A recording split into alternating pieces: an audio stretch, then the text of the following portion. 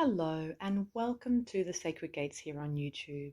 My name is Illura and welcome to another video podcast. Today I'm answering a question that was just recently asked by a subscriber in regards to the upper dantian, which is where your third eye is, and why energy gets stuck up there and how to help bring it back down. And before I get into that, I just wanted to let you know that the Sacred Gates website is now open to the public. It's complete, and there's also a free download if you would like to get a free gift of knowledge from the Sacred Gates. And I'll leave the link in the details below, and a link in the little where I can comment in the comment section as well to the landing page for that free audio there. So if you'd like to discover a very simple technique that is taught also through the Life Mastery Guilds, which is where the Sacred Gates ultimately comes from, is the Life Mastery Guilds. You can find out more about them also at the website, at the new website, and take a look at all our new services as well at the Sacred Gates, and find out about that one simple technique and all the incredible abilities, insights, and path it opens up for you when you practice this one technique. So that comes in that audio that's now available, and I'll leave the link below. So thanks for supporting the Sacred Gates, and feel free to check out, subscribe, and when you subscribe to get that free audio, you can also then receive other freebies that we will be giving out over the year, and also receive the monthly newsletter. So let's get into why energies get stuck up in the upper dantian. So I think many of us as practitioners, meditators, healers have come across that feeling. It's very easy to get energy stuck up there, and how it feels. I'll go into more first how it feels. Just like the subscriber who wrote and commented said, it feels like it's just stuck. There's just like stuck feeling, and it feels tense. If you really go into it and observe it, you can actually start to feel where you're physically being, where the physical tension is causing that energy to get stuck up there. And sometimes we don't realize what we're doing to make it get stuck up there, but you can get headaches, you can feel like even sinus tension, you can feel just like a block of tension in the forehead. And because it's like a vortex, that area, very sensitive, it can actually go like deeper and deeper into that. So what it really is that it's kind of like raw, unrefined chi that's gotten stuck up there. And why that happens, there's a multitude of reasons why.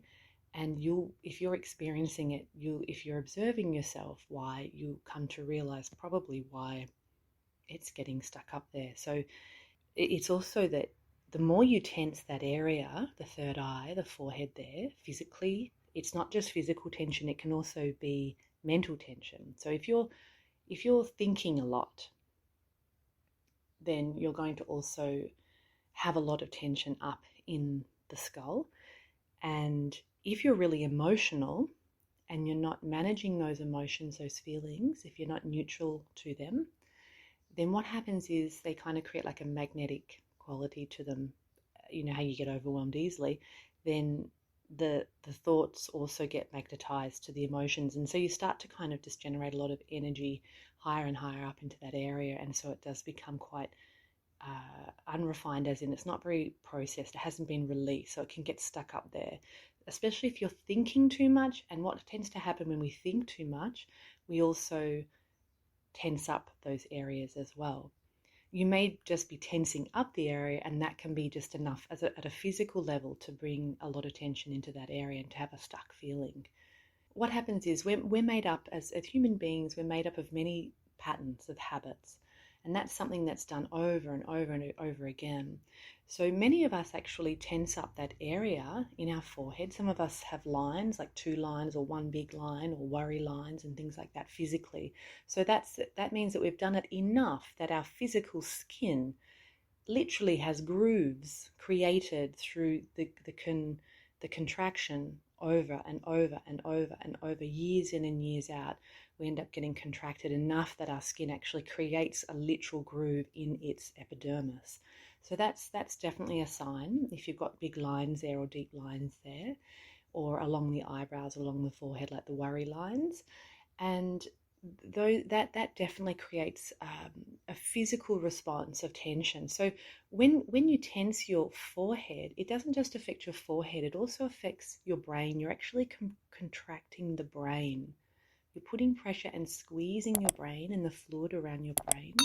And you'll also find, if you pay attention and observe the sensations of discomfort from that stuck energy up there, that you actually can even feel that your jaw is tense. And when your jaw is tense, it actually pulls the sinuses, which are just kind of on the sides of your nose, down the sides of your mouth, all that, those tubes that are all connected up for your senses, your nose, eyes, ears, and mouth and throat. All of them get contracted too. So your brain and the pineal gland, which is an actual physical gland as well as an energetic vortex, all of it gets contracted. And the more and more we contract that area habitually, which is what a lot of us do, and sometimes we might not notice until we start doing certain practices or we begin to observe ourselves more, and we're like, oh wow, well, you might wake up in the morning and you don't really feel rested. You know, some of us grind our teeth in the nighttime and we wake up with a sore jaw. You may also wake up with a stuck, tense forehead. I know that recently I've been experiencing that, so now I'm working on myself in my sleep so that I don't have that experience, because I've been doing more working with higher vibrations recently. And so if your practice changes and you're doing something differently and you start to notice that you're getting more tension, then you need to pay attention to what you're practicing, but more importantly, how you're practicing. So without knowing what you're doing and how you're doing it, it's just a matter of kind of exploring and being open to being clear about what you're doing and how you're doing it. So what happens is the third eye actually becomes calcified. So calcified is like deposits of actual, like a buildup of accumulation. It becomes calcified or the more you actually physically tense it, emotionally, mentally bring tension to that area, and of course energetically, it all gets affected energetically, your system. So this actually calcifies. Also something that I learned recently is that actually eating processed foods, which is not surprising because processed foods are bad for all your organs. So eating processed foods also calcifies the third eye. And in some countries, they still have fluoride in the water. So in some countries, they still have fluoride in the water. I know Australia still has fluoride in the water, and this also calcifies the third eye, which has a certain effect on the mental, emotional, and spiritual aspects of those that are drinking it, especially long term. So all of these aspects affect the third eye and why you might feel like it's really tense and physically tense. So what can we do about it? Well, there's lots of things you can do to help bring that energy down. But I think number one, it's really important to pay attention to the way you physically create tension in that area, and also mentally, emotionally. It's really important when you have something that's not working for you in your practice to feel why, where, how is that happening? Why is that happening? Because then you can work, just say, you can come at it and heal it and tend to it and restore that pattern in all ways. So physically, you know what you need to do because you can feel what you're physically doing to create it. Mentally, you know what's creating it, so then you can start to work on, well, the mental level as well. So you then have a holistic approach to overcoming this kind of area. And the thing is with this area is it is so sensitive. So sensitive. I mean, you know, when you're meditating and you might have a thought that you react to, instantly you have a physical reaction, and often it will be somewhere of some tension in the upper area. And so we need to learn how to bring our energy down. Like, so if just kind of some ideas here on practice is that if you're not able to actually feel your lower body and really bring your mind and your feeling and your senses into your lower body, to say into your feet or your sitting bones or into your lower dantian, and then it's not such a good idea to even start working in that upper area because of how sensitive it is. I mean, people who are just starting out on practicing on their path find that it's very easy to have sensation and have effect in that upper dantian area. But it's actually really important to be able to feel and work with your lower, so that if you do have a problem, for example, then you can actually bring that energy down. You've actually got the ability. You're not just kind of grasping at straws trying to do stuff or avoid that because you can't do it and do something else that worsens the problem. You need to be very, very careful. So one of the things that you can do is to open your eyes. So if you're doing closed eye meditation, I do want to do a video on this soon, just in and of itself, closed and open eye. But opening your eyes, if you've always got your eyes closed, what it can do is just to release the pressure of having your eyes closed. Sometimes when we go inside and we close our eyes, everything kind of, if you're not good at equalizing yourself or turning yourself into a vessel for being very receptive, so you've got, by being very receptive, you're also then able to release and receive, release and receive. So if you're not so good at that, I think it's good to, or you may just feel in that moment just a bit like a pressure pot. And that's why you're sitting to meditate. But you find that by having your eyes closed, you're actually kind of pressurizing yourself even more. Just open your eyes. And you may like to open them normally, but then also just try opening them very, very slightly. So you're almost looking through your eyelashes. And so it's very, very soft. And you just got your eyes, just say you're sitting in meditation, you're just looking at the ground just a little bit in front of you, very unfocused, though very unfocused, what they call peripheral vision, it's just that your eyes are open, but you're not actually looking. Looking requires kind of muscle and mind. You've just got the shutters of your beautiful windows open. So you're keeping them open. And that can help to release, like I said, pressure and tension, both physically, but also especially energetically and mentally, emotionally can help as well. And that can help to release the tension that's building in your eyes. So play around with that and see if that helps. You can also just stop practicing and come back to it later. But if it is a habit, then maybe there's something stressful in your life and you've been kind of squeezing that third eye more, then you do need to eventually deal with it. Not doing anything may not really work, but just in the moment, if you're not able to equalize at all, then I wouldn't practice. There's no point if you're not feeling good, because having that area tense just doesn't feel good. And the writer of the question, the subscriber, said it feels tiresome, which is a really good word to use, because it does feel like that. Because you are tired, because you're contracting your energy, and so you're exhausting it. And because it's such a fine, soft, light area, because the energies that come through there are so fine, soft, and light, that by contracting it, it's just not a normal state for it. So opening your eyes and also opening them, just looking around the room. If you've really become really tiresome in that area, then open your eyes quite wide and just take in the room and get a sense of yourself in space and time again. So that's one way. Another way is to place your hands palm down over your lower dantian, which is just a few inches below your belly button, and actually do your practice either eyes open or eyes closed, whichever works for you, and literally just do something different if you're not used to doing that, but you can't carry on with your normal practice. Place your one palm or two palms down over your belly button and literally, or just below your belly button, and just breathe and feel very mundane in a sense, just feeling the breath moving up and down, feeling your skin moving, feeling the warmth, feeling that area. And what will happen naturally, as long as you're able to do it and actually feel literally down there and dedicate yourself for that practice to feel there, you should be able to feel slowly like a drop down, a release, an uncontraction. Really what that is that area is uncontracting, and so it's able to release, and it's then going to where your hand is. Your awareness, your mind is going to where your hand is, which is lower down in your spectrum, which resonates more deeply, and so you're able to then relax. Another thing, while you're actually doing this, or anything that I'm going to tell you as a way to deal with that works for you, is to actually, a lot of the time there's what we call the healer's body, which is also the meditator's body, the practitioner's body. And it's a body that is able to stay grounded while doing meditation, grounded while doing healing. And part of that grounding is in the lower body first, of course, like as the way we build a house is through building the foundations. So those foundations need to be stable. And in order to be stable, they need to be interconnected and open and flowing, so that that the house that you are, the foundations, the temple, your spiritual temple, your body, your home is connected and flowing with the earth and connected there. So actually working on your physical body is a really, really, really big step towards not getting constantly contracted up into that upper dantian area or anywhere in your body. And so that can be a really nice thing to do, is just to focus more on the physical for that time.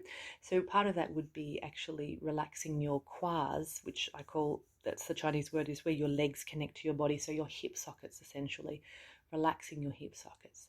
And so you would put your mind in there and actually see what that does. It can just be focus on very incremental relaxing, because incremental relaxing generally is more beneficial, I would say more effective than trying to do a big release there, especially when you're sitting, because you don't have the legs to deal with, so you're not doing standing practice, and you just allow that area to vary just incrementally, just slightly. You might find that you rock back a little bit into your coccyx, into your lower sacrum, into your lumbar spine, and you should feel a sense more of like a bit more compacted in your tummy, in your belly. Not really terribly so, but just enough that you feel like, oh yeah, I'm sitting in a body on the ground in the earth, on the earth. I'm actually a bit more physically connected now to my body. And that allows you to discharge tension, for example, and allow you to relax and release through. You can also feel just in general your sitting bones, which is basically the underside of your legs and your bottom on the cushion or chair or whatever you're on, and actually just allow and feel your spine kind of aligning with that ground and allowing everything. So also when we have third eye tension, it can actually be tension from the neck. The neck is tense, which is also then the shoulders, which is also the lower back and not connected to the ground. So working with the quads, relaxing the spine, letting the tummy kind of compact a little bit into like the beautiful cauldron that it is, allowing the shoulders, let your chin come down a little bit to release the neck from holding the head up. Because if we've got things not working properly, then our neck, these really small little areas, are trying to hold up these other areas rather than relying on the nice lower big strong areas such as the legs and the hips to do their job properly. We're kind of contracted and disconnected. So keeping your chin down slightly and letting the shoulders relax if you can. Relaxing the elbows is also very nice during meditation. You'll find that sometimes your arms will get kind of lifted up while you're meditating. Your elbow will come up a bit. So placing a cushion, making yourself comfortable, so you can place a cushion underneath your arms so that they've just got something to kind of rest on, to take a little bit of your habitual patterns, to give them a different perspective, to give them a break, and that can allow you to relax through. So then you've also got the jaw and just relaxing the nose. Yes, even the nose can contract up, which contracts the neck up, and all these things happen. So the more you observe what's happening, the more you'll be able to know how to support yourself. So yeah, hands on your belly, open eyes, relaxing your physical body. These are all things that you can do to help yourself. There's also breath practices that you can do, but sometimes when you do a breath practice, if you're already having a lot of raw, unrefined chi up into the upper dantian, what it can do is the breath practice is suddenly, where it's located for you, is very much in the head or in the face, in the head face area. And so you then are just kind of amplifying that unrefined raw chi, which just makes it more and more powerful in an area that's already contracted. So you can imagine, like a child having I'm thinking off the top of my head, a child having a tantrum in a small closet, just say it feels way more intense than for that child and anyone helping that child than them having a big tantrum in a big open field in the middle of nowhere. So, the energy gets contracted in this fairly small little head of yours and contracted in there, which doesn't feel good, or small head of mine, or whoever it is that's going through that. So you want to create a nice, soft, open body and relax those eyes and allow the spaciousness of your body to help bring more spaciousness to that area. And yes, as I said, if you're doing breathing, you can, breathe in and out of the soles of your feet. Breathe in and out of your hand on your lower dantian. Have your arms placed palms up over your knees, like palms up on the top of your knees there, on the top of your thighs, and breathe in and out of your hands instead. you can still do breathing practices, but they're just located, you're putting your mind location somewhere else to help relieve and not to amplify that energy up there anymore. That's all I think I can share. There's probably heaps of other things. And please, if you know of anything that's worked for you, do share in the comments below if you've found there's certain things that you can do. Or like I said, also, you can just stop and go for a walk as well. But overall, it's an art of learning how to work with your own body mechanics, mind mechanics, energy mechanics. And like I said, I don't know what you're practicing or more specifically how you're practicing, but if you are practicing in a certain way that is causing that to happen, then that's something that I'm not sure how to tailor it to this video specifically on that, but you would need to really watch what you're doing just so you don't end up doing anything that could cause you harm. And then the last aspect of working on your third eye is more of a long-term look at things. So if you have had a habit of crunching your third eye and you're generally tense in this area, what'll happen is you may just not notice until, like I said, you start practicing. And if you've had a habit of continuously crunching this area, then you may not really know what it feels like to have an open, soft head, face, forehead, energy centers in that area. And so you don't really know. So I would encourage you to explore the physical side of relaxing and just learning, as you go about your day, paying more attention to how you do tense up that area. Because if you are having any tension in that area at all when you practice, it probably means that in the daytime when you weren't practicing formal solo private practice, you were already crunching that area. And like I said, it doesn't take much, so we don't want to underestimate that just a slight tensing of the jaw can very much tense up that area, and that very small incremental tiny tension constrictions create long-term, like much deeper constrictions. So when you start looking at how your forehead and your third eye can feel open and soft and expanded and light, which is the true preferred setting for and feeling and quality for the mind and for the head, is to feel soft and light in a grounded body. If you don't know what that's like, then you can start to open up to physically releasing tension gently, softly during the day. So while you're cooking, while you are walking, while you are going about your work on the computer, while you're talking, just to relax softly as if you're sinking into a soft warm bath, just slow, incremental and soft, physical. You don't need to go and do third eye activations and all that kind of stuff, because what you're finding is your container is tense mostly. And so yes, you do get that calcification going deeper and deeper and deeper into the vortex, but if you take care of the physical aspects, you'll be safer. And you can also get to know a lot about, well, actually, what's the potential there for me? Like what am I not experiencing that I could be? So it's about exploring the potential of that area for yourself and how light it can actually be. So that's what I would encourage you to do, is if you are finding you've got a third eye crunching experience in your meditation, is really to pay attention in your non-formal training when you're just going about your day-to-day doing whatever you do, to really pay attention. Like I said, not to underestimate those micro tensions in your face and how much they do actually build up at the end of the day, at the end of a month, at the end of a year, at the end of a life, in terms of how much tension, and how you may not really know yet what it feels like, and to explore the potential of that area. Thank you so much for tuning in today, guys. Please subscribe to getting the audio that will help you to discover how to enter in through all sacred gateways, how to have real healing ability, and how to have a really true spiritual connection with yourself.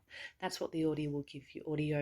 It's a 20-minute audio, and please feel free to get that off the website through the link below. Thank you so much for tuning in, guys. Please share, like, and comment if you'd like, and I'll see you in the next video. Bye-bye for now.